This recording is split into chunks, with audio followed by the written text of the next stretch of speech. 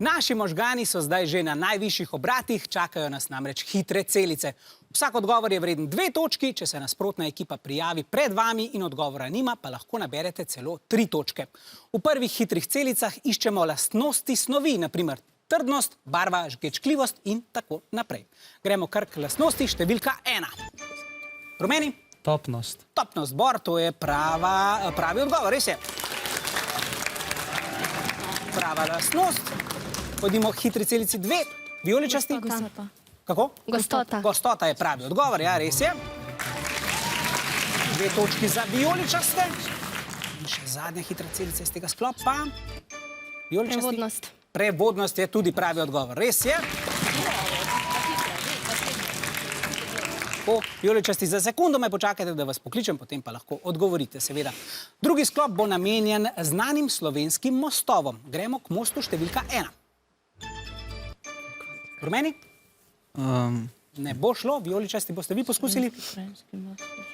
Tudi ne bo šlo, to je Solkanski most. Ja, to je bil ta prvi. Pojdimo k mostu številka 2. Tu se bo prvi prijavil. Rumeni? Tromostovje. Tromostovje je pravi odgovor, res je? Še ena Plečnikova umetnina in še zadnji most. Vijoličasti, pardon.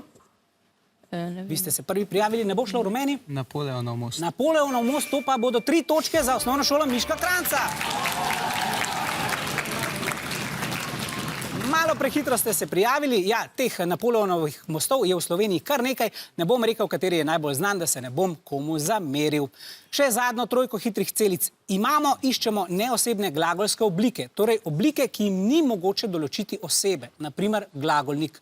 To je sicer oblika glagola, ki se obnaša kot samostalnik, naprimer sedenje, brisanje, hoja in tako naprej, se razumete.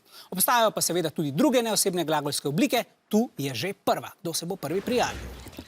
Rumeni? Nedoločnik. Nedoločnik so rekli kar v troglasje in res je. Gremo naprej. Rumeni?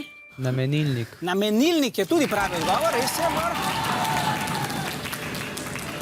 In še zadnja lika, vijoličasti? Deležnik. Kako? Deležnik. Deležnik je pravi odgovor, ja, kar na glas in pogumno. In pridrveli smo do konca hitrih celic.